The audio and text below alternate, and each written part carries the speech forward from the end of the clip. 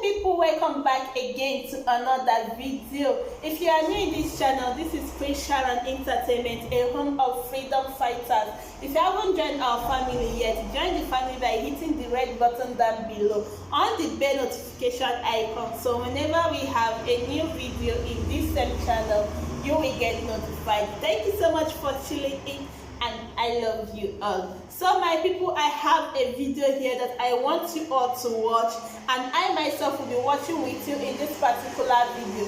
Feel free to let me know what you think about this video in the comment section below. Like and share this video, and I will see you again in my next video. Bye. My name is Abdulaziz Suleiman. I am the spokesperson of the Coalition of Northern Groups, CNG in short. Okay. So I would like you to tell us the stand on CNG, on Ipob's agitation for Biafra. You see, we have taken several stages before arriving at the current position. When the Ipob was becoming violent about 6 years ago, towards the end of 2015 and early 2016, we took a bold step which was necessary at that time, and made a Kaduna declaration in which one of the clauses became very controversial and ignited national debate, in which we asked all the Igbo living in the north to vacate back to their southeast so that they will work for their Biafra, and we called back the northern residents in the south. It became controversial with a lot of northern leaders misunderstanding us. In any case, even at that, we pursued that issue to a logical conclusion, because we wrote to the presidency and explained our stand. We wrote to the international community, United Nations and so on, and explained our position. Now after that, luckily or fortunately, the government listened, because it finally banned Ipob and tagged it terrorist organization. Now along the line, they are grouped and still led by Kanu. Only the government and its cronies will know how Kanu was able to be released on bail, and how he left the country, how he has mobilized people again. Now, as we go along, there came the H0CK protests. The H0CK protests were initially legitimate. They had a legitimate cause, and they were peaceful. But along the line, we strongly believe it was Ipob, because it was Kanu who incited the ugly side of the H0CK protests and turned it into violence.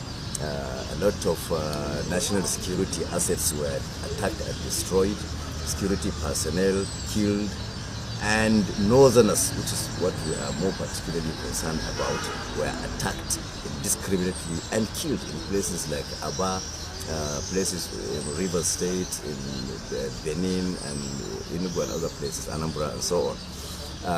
Now we actually protested that, because we see no reason why an ordinary northerner living in Aba should be attacked because people wanted SARS to end. Those guys were not even policemen. Now, after that protest, we wrote to the National Assembly, we wrote to the Northern Governors Forum, and we wrote to the international community, the United Nations. Well, what has happened, and recently there is a resurgence of a violent agitation for Biafra, still led by the same Ipob, after it has set up an armed group, an armed wing called the Eastern Security Network, which openly attack security facilities and people of non-Igbo origin who live as minorities in the southeast. So you can see it's something that has roots in history.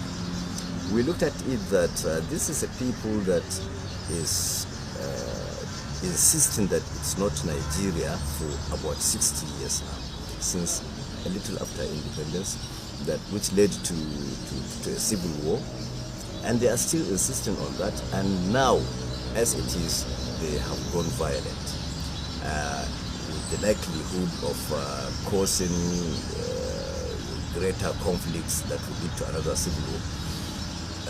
Because most of the people, most of the active supporters, most of the active participants in the Ipob atrocities are young people below the ages of 50. So they have not seen the civil war, they have not experienced the destruction of the civil war, and they are prepared now, and they have been brainwashed to fight. So what we are saying is, in order to avoid that calamity befalling the country again, another civil war, we wrote first and foremost to all northern emirs and chiefs, alerting them as to where blame will ultimately lie when these momentous events come to pass. Then we wrote to the National Assembly on two grounds. One, that we actually did not see the reason for going ahead with the constitutional review that has been attempted since 1999 with no result. More so, this is a much more divided Nigeria at this moment. The Ipob is intensifying its calls for Biafra and even becoming violent. The Southwest is intensifying calls for Oduduwa Republic. So we said it would be more ideal, more reasonable, if any constitutional attempt is halted, so that the more fundamental issue of unity, of building a nation, finding a nation first. Because some people talk about restructuring, we tell them we don't restructure where there is no structure. Let us find a structure first. There is no nation, so what are you giving a constitution for? Let us genuinely sit among ourselves, invite the international community, hold a general referendum. I mean, even the name is in question. The name Nigeria was borrowed. So we are living on a borrowed name, borrowed boundary, even borrowed laws. None is indigenous. I think we can hold, what we are saying is, let's hold a general referendum to decide all this, to determine who, where, and what constitutes Nigeria. So after we wrote to the National Assembly, we gave the National Assembly about 2 weeks without response. So we now take another option, which is democratic, civil, going to the court. We want the court to interpret whether, in the circumstance of threat of a civil war, it is in the interest of the nation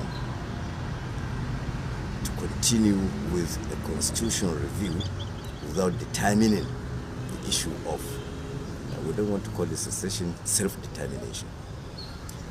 Some people argue that we don't have provisions for self-determination in the Nigerian constitution. Of course we may not, but then there are several numerous treaties and conventions internationally that allows that, and to which Nigeria is a major signatory. So that's what we are appealing to. That's why we went to court. First, we have filed two processes. One is a motion on notice, praying the court to order the suspension of the ongoing constitutional review and allowing the substantive motion and substantive suit to be heard and determined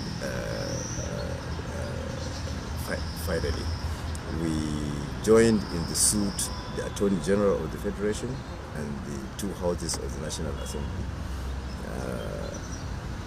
I think basically that's what we did, just exercising our fundamental right and going to the courts.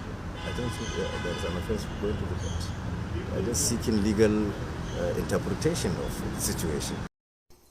Thank you so much for watching that particular video. Feel free to let me know what you think about this video in the comment section below. Like and share this video again. And I appreciate each and every one of you who always share my video, who always come back to support this platform. I do appreciate you all. May God Almighty bless you. I will see you again in my next video. Bye.